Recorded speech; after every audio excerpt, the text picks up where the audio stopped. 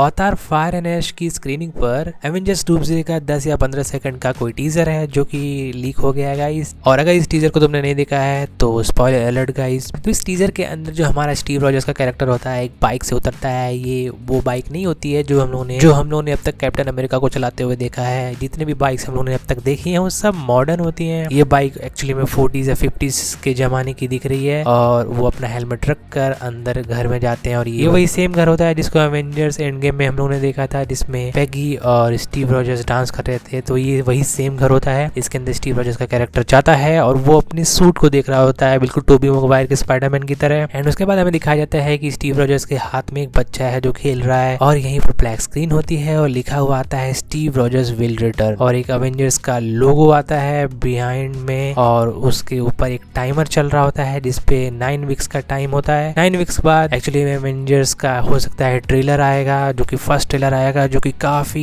ज्यादा बढ़िया होने वाला है, जिसको अभी से ये लोग टीज करना शुरू कर रहे हैं। रूमर्स ये आए हैं कि 4 टीजर आएंगे। ये पहला टीजर था जो कि स्टीव रॉजर्स के ऊपर था, इसके बाद थॉर का एक टीजर आएगा, उसके बाद डॉक्टर डूम का एक टीजर आएगा और चौथा टीजर इन तीनों टीजर्स को कनेक्ट करेगा, जो कि बहुत ही ज्यादा हाइप बनाएगा गाइस। मूवी से रिलीज होने से पहले जितना भी 1 साल का टाइम होगा उसमें मार्वल अपनी पूरी कोशिश कर रहा है इस मूवी को मार्केट करने की, बिकॉज इससे पहले एवेंजर्स एंड गेम ही थी और बीच में वही लोकी और डेडपूल का ही कैरेक्टर था जिसने थोड़ा सा पीक दिलाया था मार्वल को। नहीं तो मार्वल एवेंजर्स एंड गेम के बाद हगी रहा था गाइस। तो पहली थ्योरी ये बोलती है कि स्टीव रॉजर्स का कैरेक्टर पास्ट में जब इन्फिनिटी स्टोन्स को अपने जगह रखने के लिए जाता है तो यही चीज ट्रिगर करती है पूरे के पूरे मल्टीवर्स में इनकर्जन करने के लिए और यहीं से एवेंजर्स डूम्सडे की शुरुआत होगी। मूवी की ओपनिंग भी यहीं से शुरू होगी। एवेंजर्स डूम्सडे को एवेंजर्स एंड गेम के बाद का सीक्वल बोला जा रहा है क्योंकि मूवी की कई सारे एवेंजर्स एंड गेम में जो लास्ट में जो चीजें हुई थी वो एवेंजर्स डूम्सडे की शुरुआत में दिखाई जाएंगी। हो सकता है मूवी की ओपनिंग ही इस चीज से शुरू हो रही है कि हमारा स्टीव रॉजर्स का जो कैरेक्टर है